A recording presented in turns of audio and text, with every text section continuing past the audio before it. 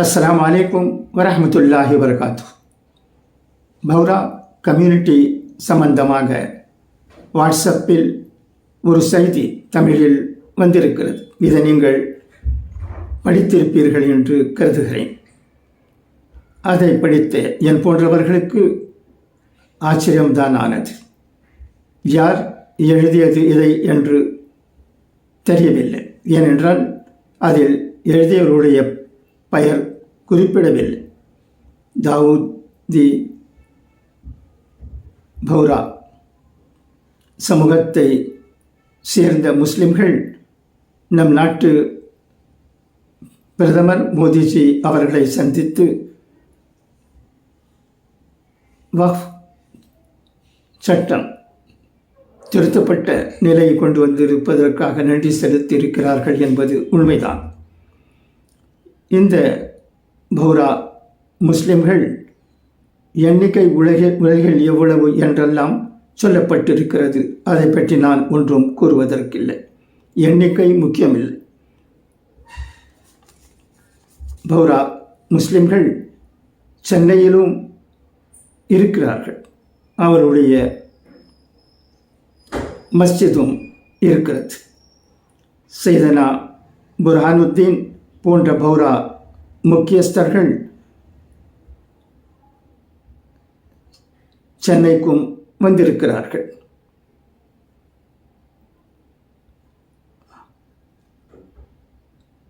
புர்ஹானுத்தீன் போன்ற பௌரா சமுதாயத்தை சேர்ந்த தலைவர்கள் பெருமானார் வழி வந்தவர்கள் என்று கூறப்படுகிறது. அவர்கள் குஜராத்தில் மட்டுமல்ல, நான் ஏற்கனவே கூறியது போல சென்னையிலும் சூரத்திலும் மற்ற சில இடங்களிலும் இருக்கிறார்கள். இதை தவிர உலகத்தில் உள்ள பல நாடுகளில் அவர்கள் இருக்கிறார்கள். இதை பௌராவுக்கு எதிராக எழுதப்பட்ட செய்தியிலும் இருக்கிறது. இவர்கள் பெருமானார் ஸல்லல்லாஹு அலைஹி வஸல்லம் அவர்களை பின்பற்றுவதில்லை என்று சொல்லுவது எவ்வளவு அபத்தம்!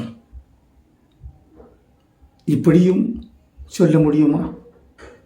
இப்படி சொல்ல எப்படி தைரியம் வந்தது என்று தான் என் போன்றவர்களுக்கு புரியவில்லை.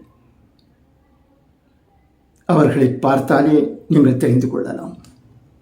பெருமானார் ஸல்லல்லாஹு அலைஹி வஸல்லம் அவர்களுடைய சுன்னத்தை கடைப்பிடிக்கிறார்கள். பௌரா பெண்கள் புர்கா அணிகிறார்கள். Bohra community is a disciplined community, a mercantile community, a community which is serving the humanity in a large way. But unfortunately, there are people who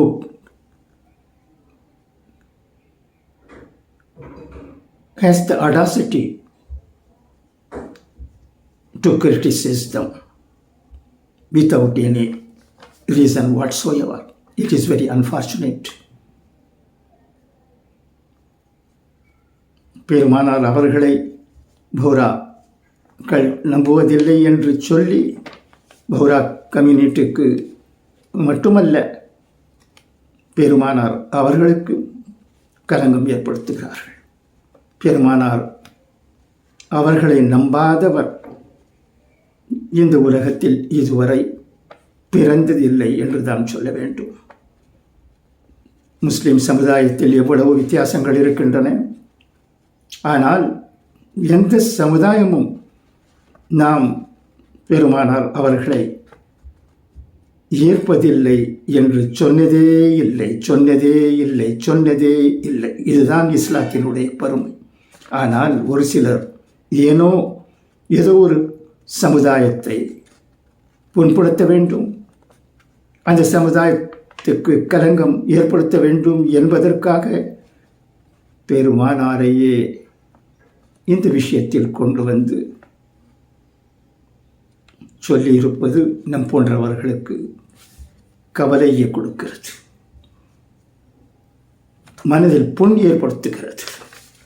இவர்கள் பெருமானாருக்கு செய்யும் துரோகமாகும். இப்படி எழுதியிருப்பவர்கள் நீங்கள் சென்னையிலும் பார்க்கலாம். கௌராக்கள் வியாபாரம் செய்கிறார்கள். மண்ணடியிலும் மற்ற சில இடங்களிலும் இருக்கிறார்கள். நல்ல வியாபாரிகள்.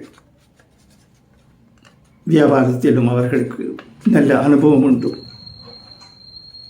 ஆனஸ்டி உண்டு.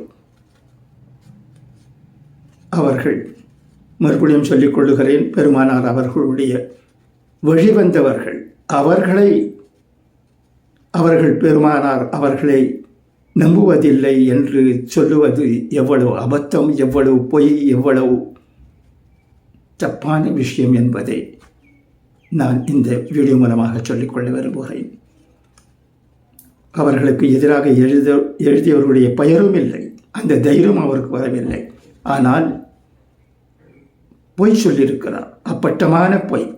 இது துரதிருஷ்டம். இப்படி முஸ்லிம்கள் நடந்து கொள்ளக்கூடாது. ஒரு ஜனநாயக நாட்டில் எந்த விஷயமாக இருந்தாலும் அதை ஆதரிப்பவர்களும் இருப்பார்கள், எதிர்ப்பவர்களும் இருப்பார்கள். உதாரணத்துக்கு சொல்ல வேண்டுமானால், மத்திய அரசால் கொண்டு வரப்பட்ட திருத்தப்பட்ட வக்ஃப்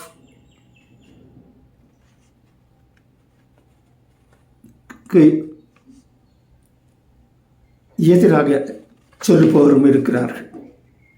ஆதரிப்பவர்களுடைய எண்ணிக்கை முஸ்லிம்களில் மிக மிக மிக மிக அதிகமாக இருந்தாலும் ஒரு சிலர் அதை எதிர்க்கவும் செய்கிறார்கள். ஏன் தமிழ்நாட்டை எடுத்துக்கொண்டாலும் தாவூத் கான் அவர் ஏதோ ஒரு கட்சியை நடத்துகிறார். அவர் அந்த வக்ஃப் வாரிய திருத்தப்பட்ட சட்டத்தை ஆதரிக்கிறார். அந்த வீடியோவையும் நீங்கள் பார்த்திருப்பீர்கள்.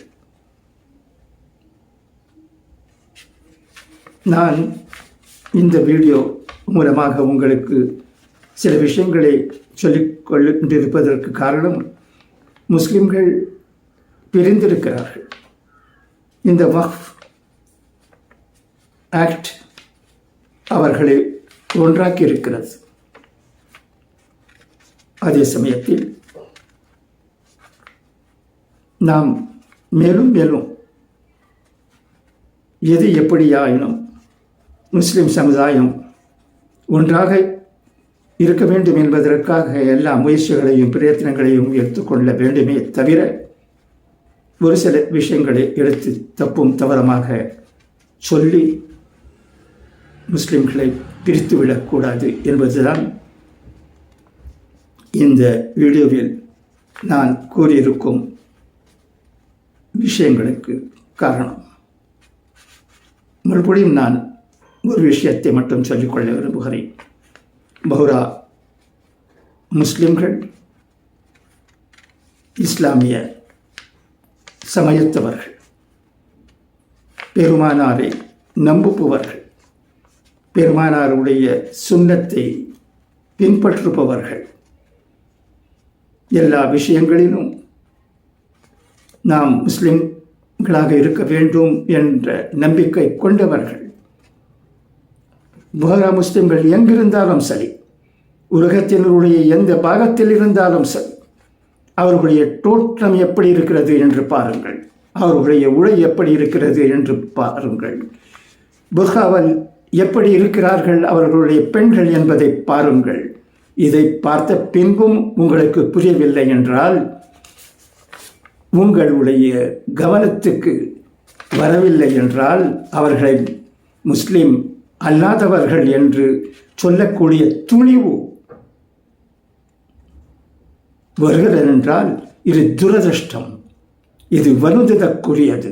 இது போன்ற மனப்பான்மை நம்மிடம் இருக்கக்கூடாது என்று சொல்லியவனாக உங்களிடம் இருந்து விடைபெறுவது விஎம் கலீலுர் ரஹ்மான் ஆகும். நன்றி. அஸ்ஸலாமு அலைக்கும் வரஹ்மத்துல்லாஹி வபரகாத்துஹு.